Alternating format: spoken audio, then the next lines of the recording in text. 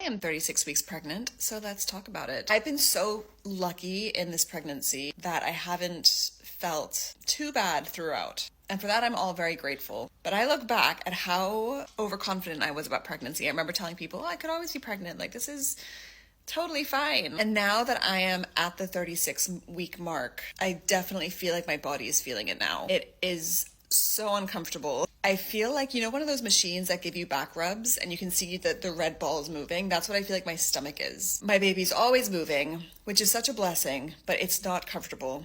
And sleeping is just extremely uncomfortable. It's no longer just insomnia that might be keeping me awake. It's now just overall discomfort and the feeling of paranoia that if I'm lying on my back, I'm like, oh my God, am I doing damage to the baby? Because they say you shouldn't lie on your back after week 20. But especially now because I'm feeling the weight of my baby in my body, I feel even more paranoid about it. It's definitely been a lesson of one season of something is not reflective of the whole season. Because my first 34, 35 weeks of pregnancy, I don't think are going to be reflective of the last. I only have 2 weeks left until baby's here, which is also just wild. I definitely feel like there must be an evolutionary thing happening here where it is made to be so uncomfortable so that you're like ready to get the baby out. And I know that baby life is going to be hard. I know I'm not going to sleep very much. I know that I'm going to be overstimulated, but there's such a big part of me that can't wait to have my body back just to myself. And then I say that, and I also think about the fact that I'm not really going to have it all back just to myself because hopefully,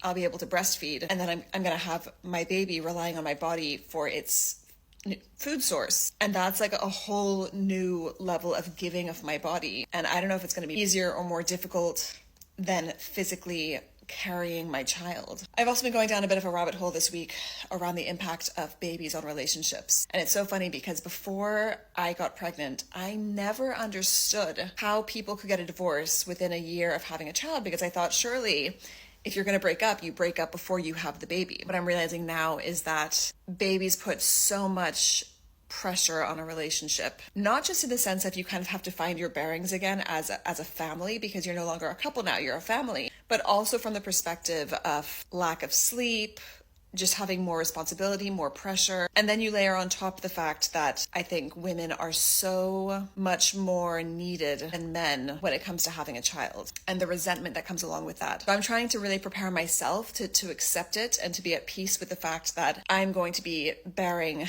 a huge weight that my husband won't have to bear. I know my husband's going to be an excellent father. He's the kind of man that I hope that my child, if they choose to have a long-term partner, would end up with. And for me, that's a huge compliment to say that you'd want your child, the person that you love the most in the world, to date or marry. But I think it's so natural because we're all fighting our new roles. And I think it's natural to feel, even now, I feel like a little bit of a resentment that I've just endured 36 weeks. I've got 2 more weeks, so I'll have endured 38 weeks of pregnancy. And then I'll have to go through a major surgery while awake. And then I'll have to breastfeed. I'm not going to get sleep for the first few months. And this is another reason why sleep is so important when I'm thinking about the priorities of raising my child. Of course, I want stability for him. I want him to be well fed. I want him to have all of his needs met. But for me, teaching him how to sleep is not just a benefit for him, but I think also from the perspective of as a family unit functioning as best we can. For me to be the best mother that I can, I need to be able to sleep. And so I look at friends who have